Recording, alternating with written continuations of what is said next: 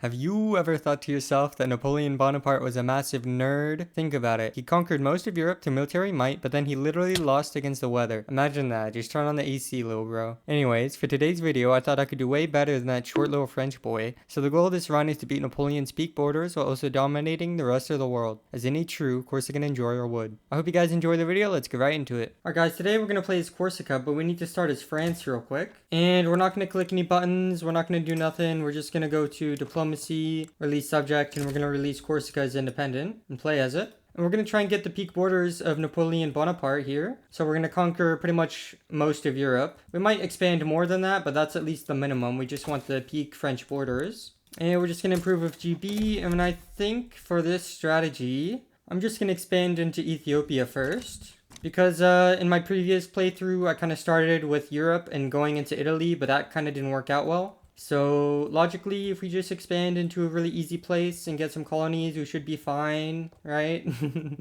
And we'll just build up our core strength over in Ethiopia, and then we'll conquer parts of Europe later. So we're going to be mainly colonial for now. So I'd argue it probably makes sense to try and go for civilized mission first because of the infamy generation against unrecognized powers.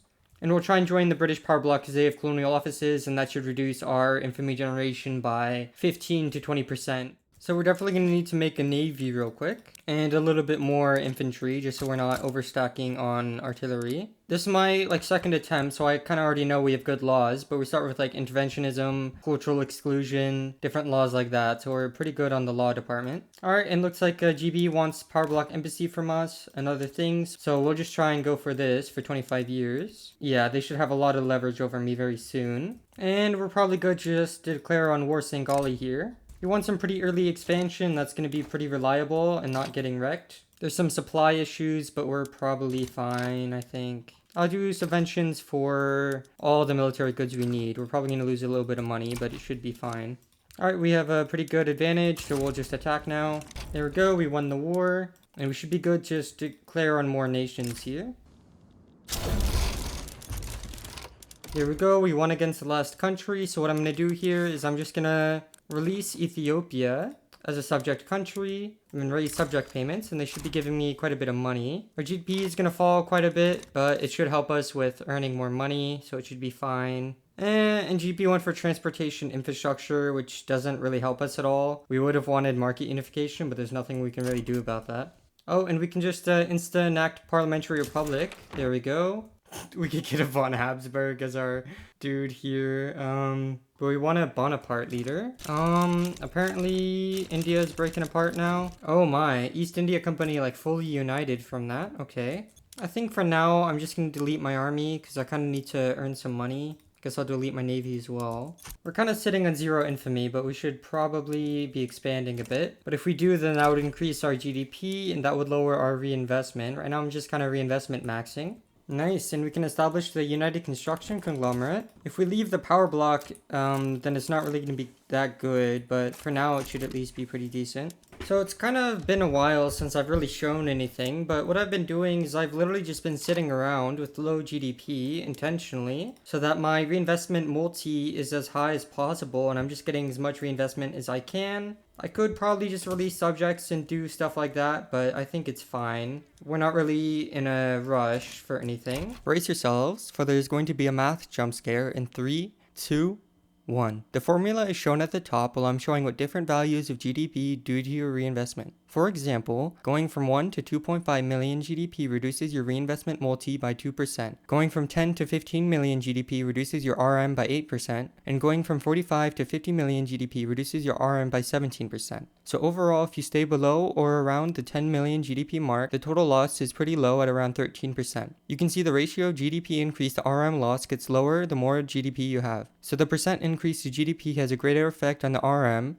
This means that as your GDP increases more and more, the effect on your RM is greater and greater. It reaches a 1x multi at 50 million GDP, and any further increases to GDP above that will not affect your RM ratio. It would stay at 1x. Thanks for coming to my TED Talk. Let's get right back to the video. Alright, here's another update report. My GDP is increasing pretty quickly, which, isn't really good for my investment, but I do plan to expand pretty soon. We're at 650,000 reinvestment. only 2.29 multiplier instead of like a 2.9 or 2.6. I think we're pretty much about ready to go, not high infamy, just start expanding. And we probably want multilateral alliances real quick, so I guess we'll just wait 5 years. Nice, we got multilateral alliances. I think I can maybe try and declare on France here, hoping I don't really have a obligation or nothing. Yep, no obligation, so I think I can just expel diplomats and decrease relations. And yeah, looks like I can declare on France. I'll have the help of the Prussians. The Austrians don't want to help me even though we're allied. What? I'd only really be able to take 3 states, but I think that's good enough for now. So I'll declare for this province here. But I can call in Prussia with call ally. Wait, Italy joined against me. What?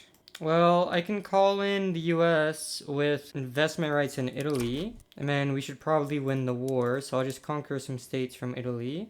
And then we'll just start doing some military tech, I think. How are we getting wrecked, bruh? Why are we attacking with 1.2k people? What? Looks like we got Sardinia, so there's just the one front here now. And we have a pretty big advantage. Although I keep getting... Why am I attacking with so few units? What?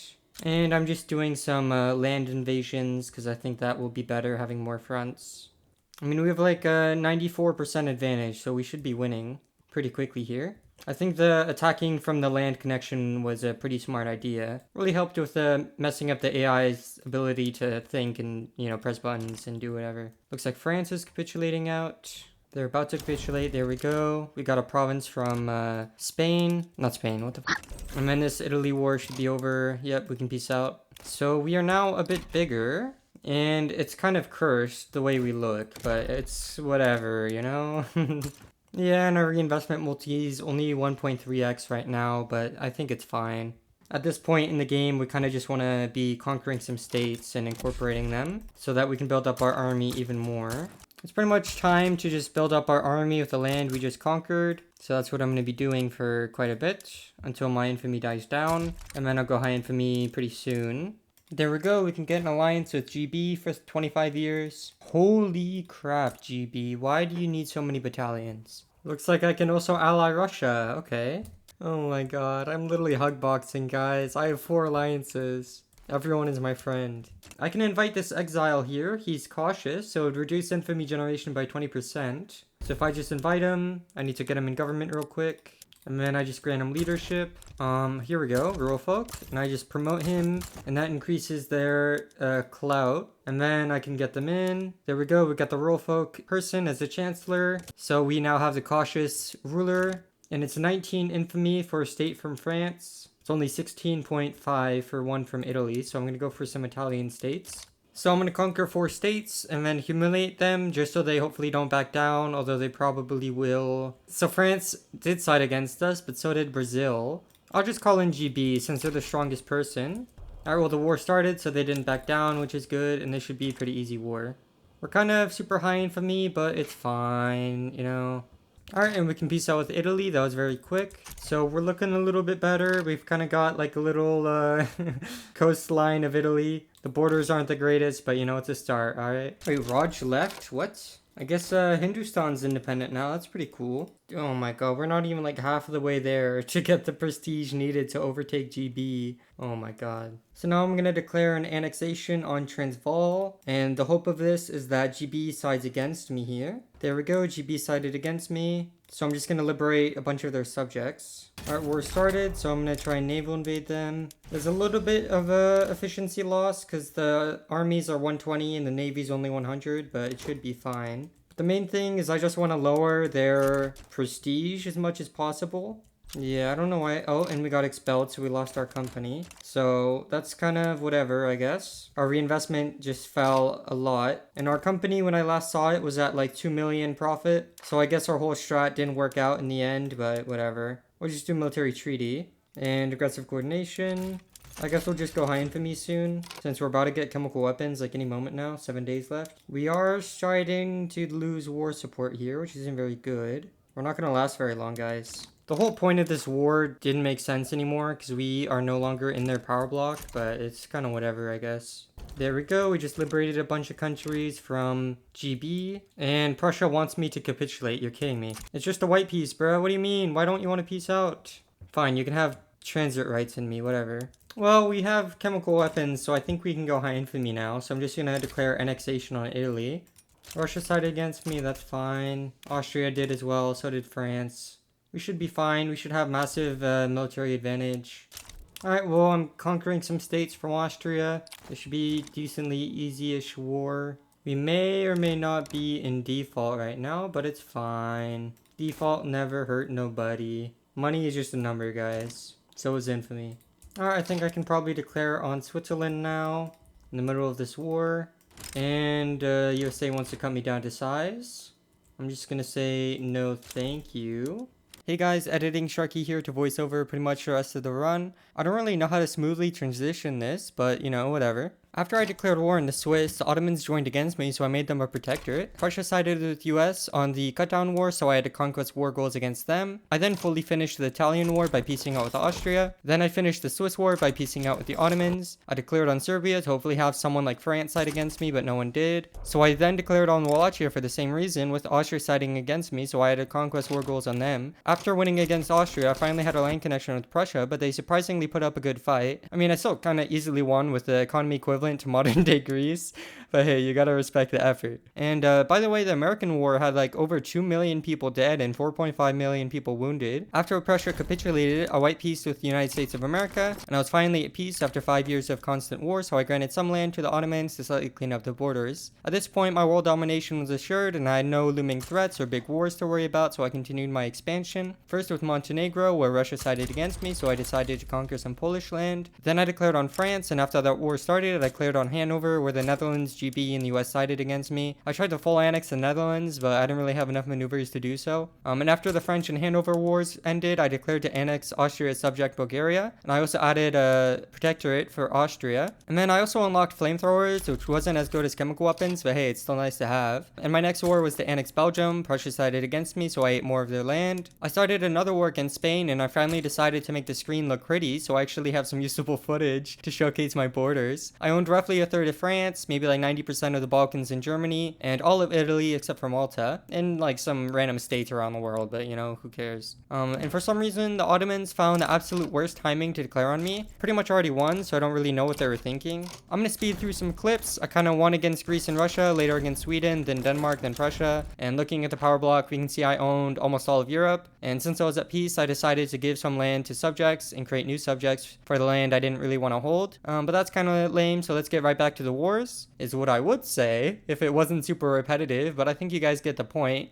So here's just the end of the run, you know? Alright, well, it's March 7th, 1937, and I've conquered the Mughals. I believe it was the Mughals. And I granted some land to Ethiopia. There's New England now. So we're pretty much all set, and we have pretty much all of Europe. There's Ireland, England, and then a bunch of other subjects for different regions. And then I guess this is the part of the video where I just show a bunch of things. So I think first thing we're going to look at is our power block here. We have a combined GDP of 3.6 billion. Combined army size, 5.3k, 27 members, so me and like 26 subjects. Seems like our strongest and richest subject is Bremen, who has 57 million population, but a super high GDP per capita, 7.13, or only 2.93. We've been zero cohesion the whole time. I went freedom of movement, because like, why not, I guess. And the militarized industry for the balloon reconnaissance, which gives you more battle occupation. And also reduces military goods cost, which is pretty cool, but doesn't really matter much. If we look at our companies, I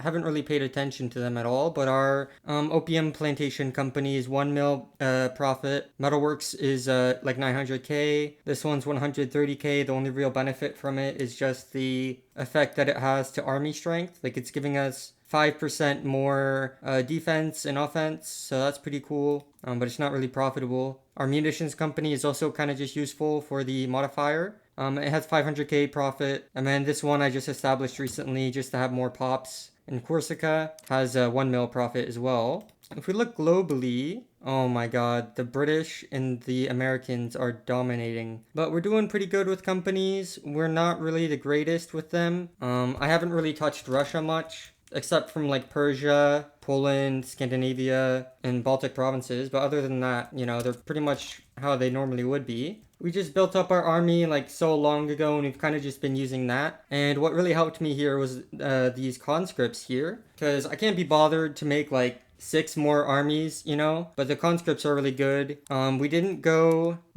mass conscription, which would really help us. But you know, it was kind of pretty easy either way. National Guard probably helped us with some more conscripts. I've been Parliamentary Republic this whole game, and what I've been doing is I've been looking for a Bonaparte leader. I saw this Kennedy dude, which would be pretty funny to have like an American Kennedy monarch, but there's been no Bonaparte dynasty that I can get and invite to my country. And I've looked at this maybe 6 or 7 times throughout the whole run. Maybe a little bit more, maybe a little bit less, but that's just kind of like a rough estimate. But I'm scrolling through here, you see there's no Bonapartes. You know, we didn't get it, which is kind of unfortunate. I really wanted it, but nothing I can really do about that. For our investment pool and reinvestment, we're at 3 million reinvestment. It would have been a lot higher if we kept the United Construction Conglomerate Company, and that company maybe would have been like 5 mil profit or something. But you see, we still achieved what we wanted to achieve, so it didn't really matter in the end. We can look at our population here. We can see we have a lot of laborers, and then just a smaller amount of other groups. For population, we're pretty much majority French,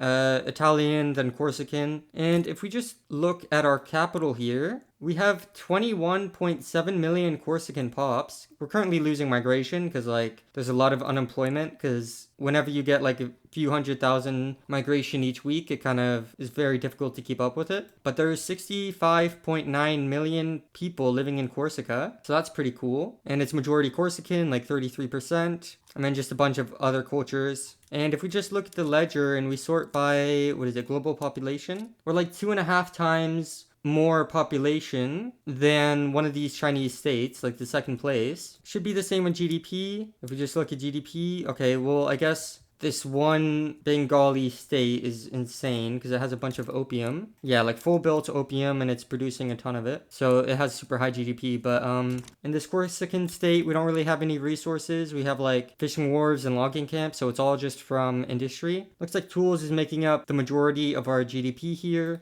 Tech, I kind of almost completed it. I completed military and society tech, like 100%. I just didn't fully complete the production tech. And we can probably sort by GDP. Oh my god, Russia's at 1 bill GDP. That's crazy. I'm not even number 1 GDP, guys. But third place is Bremen. Then it's America. Bengal is one of our subjects. Catalonia is pretty up here as well. Austria actually has second highest standard of living in the game. And then for population, we're number 2. Then it kind of falls to Bengal after a while, then all of our other subjects. I don't think there's a way to see all the population in the whole block, at least not that I'm aware of. But yeah, the map looks pretty good. We have like some random stuff like in Guyana. Cuba is actually independent. It just looks like it's our subject. And then like New England, pretty much all of Europe except for Russia, North Africa, East Africa, most of Arabia, almost all of Persia, and then almost all of India, and then like maybe half of Indonesia. And that's pretty much all we have. So I think that's just gonna be the run, guys. I think this should be the end of the video.